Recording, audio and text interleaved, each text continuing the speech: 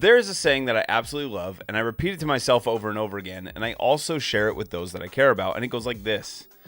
Losers make excuses. Winners make adjustments. Now, I'm about to share an episode with you that I would rather just delete. I would rather pretend it didn't exist. I recently asked my friend Jerry Harris, I said, hey, do you know when it's just a bad play or when it's variance? How do you tell the difference? Here's what he said.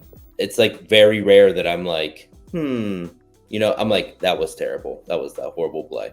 So yeah, most of the time you're going to know. Not always, but most of the time, you know when you made a big mistake. I think it's very easy for somebody that's doing what I'm doing to just leave out sessions like this. But it's not the reality of poker, and we need to learn from our mistakes. So rather than just gloss over it and pretend like it didn't happen, let's talk about those mistakes. Let's get into the episode, but before we do, I'm just going to give you a quick update. If you're following the investment side of this thing, every time I win, I'm putting money into an investment account. Here's where the balance is currently standing as of the time that I played this session.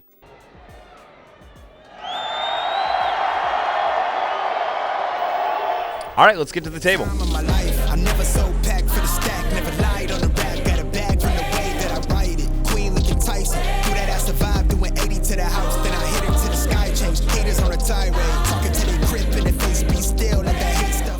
After the way things went last time, where I won over $2,500 in a session, I kind of got this sort of like Wild West, I'm going to go kick the doors in and take all their money sort of a feeling. Maybe not the right mentality to have. Maybe just a tiny bit of ego walking in the door that needed to be smashed. And don't worry, it'll get smashed. So I lose some bomb pots and small hands over the first hour and a half. Nothing significant, nothing worth sharing. But I mostly just folded and started the night on a little bit of a downswing. I'm just down like a couple $100 to start the night. The first hand that was significant was this one, where I opened up ace-4 of hearts in middle position over a straddle. Now in the state of Washington, we have a dumb 3 bets cap rule that is used by my opponent, who makes it $50. So we're not allowed to have more than 3 bets. The straddle counts as the first raise. Mine is the second. The $50 bet is the third. This is a terrible rule, but the state of Washington enforces it. So we're going to play by those rules, unfortunately. There's a caller, and then I can only call as well. Let's go see the flop. Well, this is about as close as I can be to having a monster hand while holding absolutely nothing for showdown value than ace high. The action checks over to me. I bet $65. This is a hand where I'd be pretty content to get really aggressive with it. So deep down, I'm hoping that I get some action when it gets back to my opponent. Player behind me makes the call. Turn is the 10 of diamonds. I'm going to choose a larger sizing as I polarize here. He didn't raise me on the flop, reducing the likelihood that he's holding a boat when we reach the turn. And the 10 coming in makes it less likely that he's holding a 10. I bet $300. He pretty quickly folds. Nice to return some chips to the stack after bleeding them out for about an hour and a half. The next hand that had some juice is this one. I pick up ace-10 of hearts and raise to $35 over 2 limpers in the cutoff. My opponent here is Rich, who says, just because I want to make the vlog. Well, sir, mission accomplished. You're going to make the vlog. Let's see a flop. This board isn't ideal as it's hitting a calling range decently well, and when Rich checks, I'm going to check as well. The turn, however, makes things very interesting. The Queen of Hearts coming in gives us this super combo draw. My opponent leads for $50. Can't you just feel it, Harry? It's our big chance, man. All we gotta do is show a little class, a little sophistication, and we're in like a dirty shirt. Yeah, that's no problem, Lloyd. We can be classy and sophisticated. Look at the fun bags on that hose hound. I'd like to eat her liver with some Farber beans and a nice bottle of Chianti. This is an interesting board where both of us are going to hit now and connect pretty well. I would say my opponent is slightly favored with the nuts here, but we can both have some very strong hands in this position. I bump it up to $200. My opponent makes the call. The river is a banana, and he checks it to me. Now, if he had the straight, if he had the nuts, which I can hold, if he had top set, which I don't think he does, he's probably going to be making a raise on the turn. So now I have to decide to either give up or fire one more time to see if he'll release the hand with the continued pressure. I think his range will be a mix of high showdown value hands like top, 2 pair combos, but there will be some that are a combo pair draw hand like Jack 10 or Queen 10 combinations, and some pair plus flush draws that wouldn't automatically release on the turn. I decide I'm going to fire the final bullet, repping the 2 pairs, sets, and straight combos, because I also think that a little bit of a factor here is that he said, I want to try to make the vlog, right? I think if he was really goofing around with air, he would have gone for the raise on the turn to try to shove me off of this hand. But at this point, I think he has showdown value. It's just a question of how much. Here's what happened. Well, crap. We were originally in for 800. Now we're adding on for 800 more. Rich ends up showing top 2 pair. Not a hand I was going to push him off of. So we're into the game for $1,600 and we're not that far into the night. I play another hand where I accidentally didn't turn my camera on, but I make top 2 pair on the flop, but by the river I have lost to a straight. I then add on by scraping every dollar out of my wallet, and I get to $2,100 into this game. Now, as a rule, I only take a limited number of buy-ins with me to the poker room, and it's very rare that I reload for everything I have. The reason I do this is that it prevents you from, if you're on tilt, just continuing to dump money into the game. The whole concept comes from Tommy Angelo's Elements of Poker, where he basically is just giving you tools to restrain yourself, because if you just have an unlimited amount of money, if you bring $10,000 to the poker room and you're on tilt, you're playing your absolute worst poker, you're chasing, you feel stuck, you feel like you need to keep playing, but you have an unlimited supply so you can keep burning cash while you're not in the right mindset. This cap prevents me from going absolutely bonkers, so I'm in for everything I have at this point. $2,100 into this game. That's not great, but let's see if we can rebuild a stack.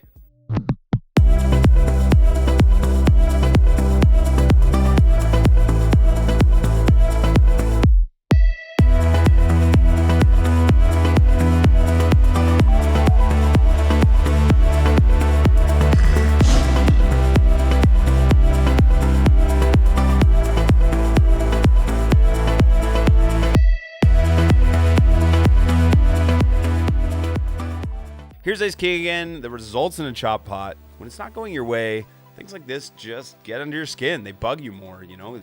It's easy to get all worked up and frustrated, and the reality is this happens all the time, but it only bothers you when you're on tilt and you're losing, and you're just frustrated at this point, right? Everything kind of gets under your skin and bothers you, and oh well, it is what it is. Chops are going to happen. Now black nines are here. I opened to $30 in early position. I'm at a table that's calling too wide, and so to try to narrow down the callers a bit, I raise on the larger side. I still get 3 calls. Flop is very interesting. 7, 8, 9, all diamonds. Top set is decent, but I have 3 opponents, all diamonds. This is not a great spot for me. Tough board to get value from worse. All I can really do is check. Villain number 1 checks. Villain number 2 bets $30. Well, this is nothing. I'm not folding for this price, especially when I have the option to hit a boat here. Villain number 3 calls. Some people are going to have a straight. Some are going to have 2 pair. Some are going to have a smaller set. I'm going to toss in the call. We go 3 ways to a turned ace of hearts. This card doesn't change anything. Quickly check it over again to villain number 2.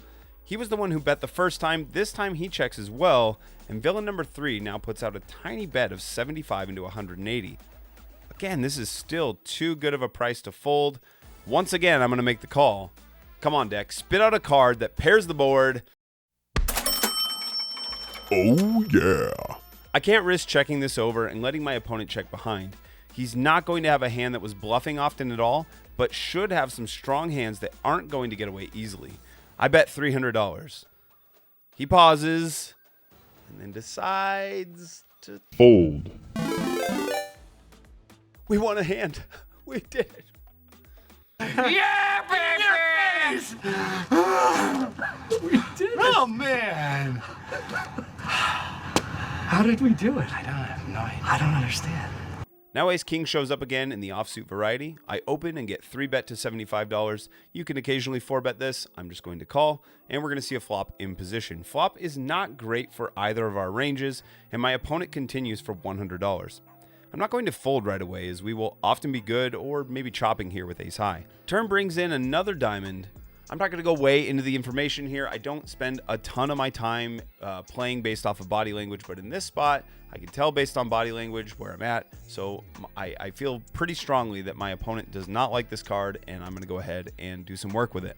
He ends up betting the same amount that he did on the flop, which, if you're not familiar, is typically a tell that the hand is fairly weak. Based on the bet tell and the other information that I'm picking up on, this is a spot where I'm going to get aggressive, even though I may not normally do that. I push in the raise, and his cards hit the muck instantly. The very next hand is pocket fives, and I don't get notes into my phone with how fast these hands hit me. They were going back to back. What I can tell you is that I won this hand and scooped more chips. I've now reduced my loss on this session significantly at this point, and the very next hand is 7-8 suited. This is an optional open given my position. I'm early, so I don't have to play this here. This is like right on the fringe, but I'm on a heater, I'm playing. This is a hand I am not proud of. This is one I would love to delete, but we're going to talk about it. So prior to this session, just to give you a little bit of background, I have been reviewing hands and noticing that players are being very passive when I go for big bets or big aggressive actions. And so what I thought was they're used to seeing that and assigning a lot of strength to it. Now, I tend to play fairly aggressive to begin with, but I'm going to go ahead and get a little bit more aggressive than normal because I believe that it's going to be responded to in this way where people are going to be maybe overly passive to those bets. So let's see if I'm correct or not. The book I'm studying says, hey, be willing to experiment. If you're wrong, you're wrong. You'll learn from it. Be willing to maybe stretch yourself and try some things you wouldn't normally try. That's what we're doing. Here we go. Buckle up. With that in mind, we leave the normal poker world for the cowboy poker world of the West. I'll raise it up, and I get 3 callers. Well, we're deciding who's going to be involved in this duel. The 3 of hearts and the 4 of clubs get exposed. Doesn't matter, you say. Hold on there, friendo. Take a look at this flop first. 5-4-4. This would normally be a check for me, with multiple opponents, but I know that there are fewer 4s available, and with that in mind, I have a gut shot, and I'm blocking one of the key cards that's going to be blocking all the open-ended straights. I bet $30. My opponent bumps it up to $110. Now, a yellow-bellied, spineless coward who ain't never sat at no table and played cards like a man would probably just fold and walk away from this spot. Not me. I ain't no yeller-bellied whatever it was that I just said. I call so I can expose this villain for the liar he is. With all the nutty combos greatly reduced, he's less likely to be holding strong and more likely to be holding a medium overpair, and as nervous as a long-tailed cat in a room full of rocking chairs. Turn is the 2 of hearts. Changes nothing. I check. He bets $225. Exactly what I thought he'd do. But this grass-bellied greenhorn bottom feeder is about to learn him a lesson when I surprise his sorry sidewinding keister with a check raise to $500. That'll teach you to get out of line and try to steal my chips when we both know you don't have a 4. He calls. Oh, what? There was a point in my life where I had to tell my son, stop hitting your cousin with that slice of ham. Now, some things are so obvious that you probably shouldn't have to say them. And in this spot, it's so obvious. My opponent has a monster hand. I stepped in it. I thought I could push him around. I can't.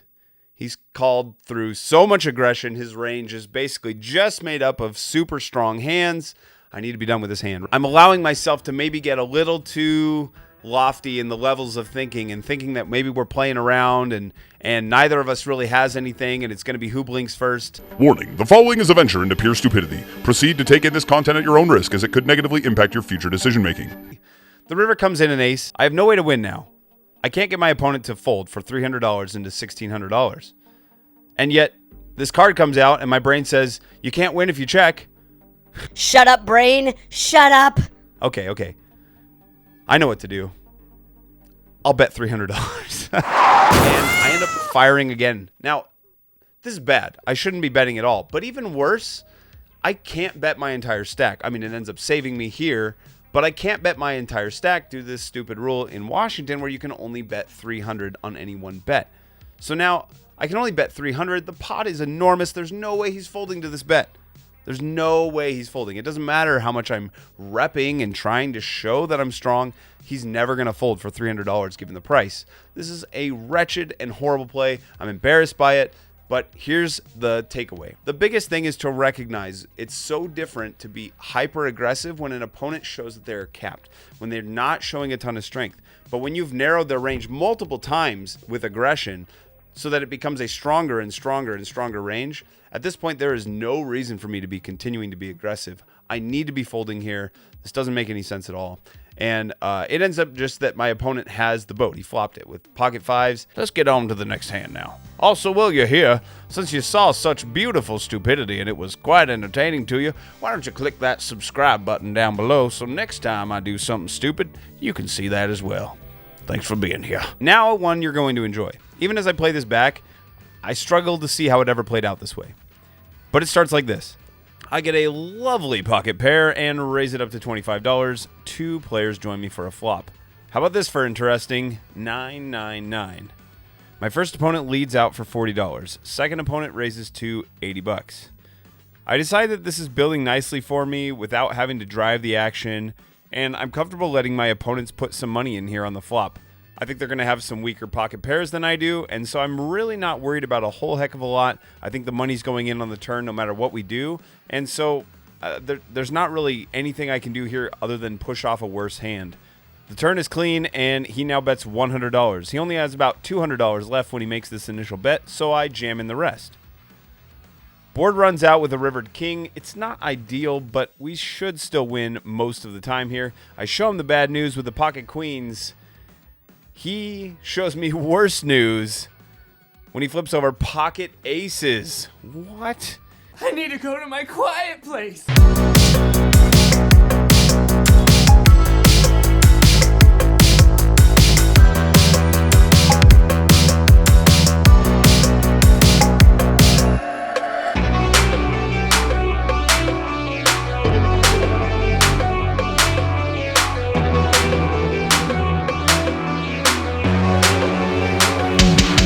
Really quick before we move on to the next hand, I just want to talk about something that has helped me more than anything else over the years, and that is to think of your poker session in terms of one long session.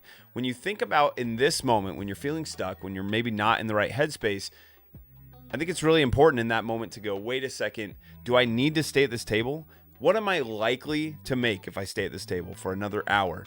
And if you've been tracking your hourly wage, you know that yes, you could get a giant swing to the positive, a giant swing to the downside, but more than likely, you're going to make whatever your hourly is over that hour.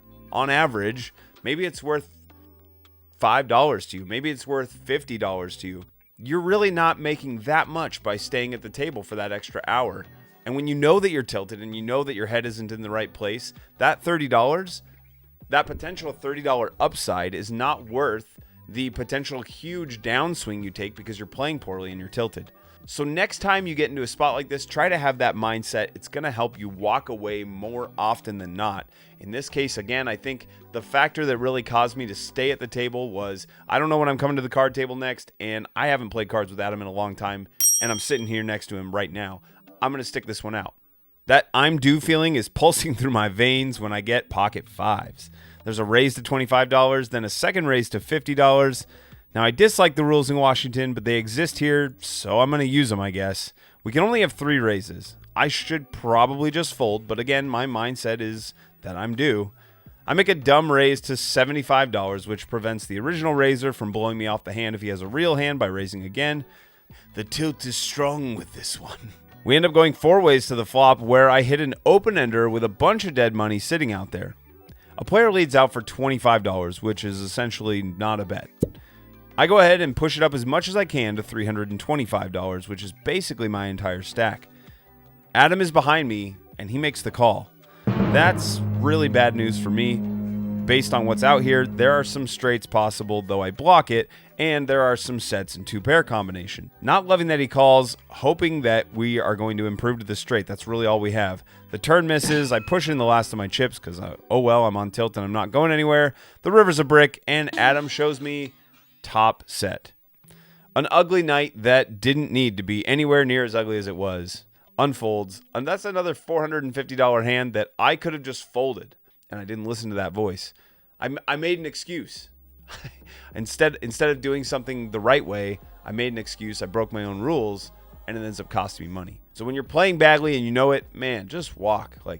Don't give yourself reasons to stay at the table. Just walk. I know you've experienced similar, and it's just a good reminder. Learn from my mistakes, and it's free. $0 charged to you by watching this video and reminding yourself, oh yeah, that's right, when I feel that way, I should walk away. Well, thanks for being here. I hope you enjoyed this one, even though it was a disaster of a session. I do play better poker than this, and I'll have more content coming your way soon.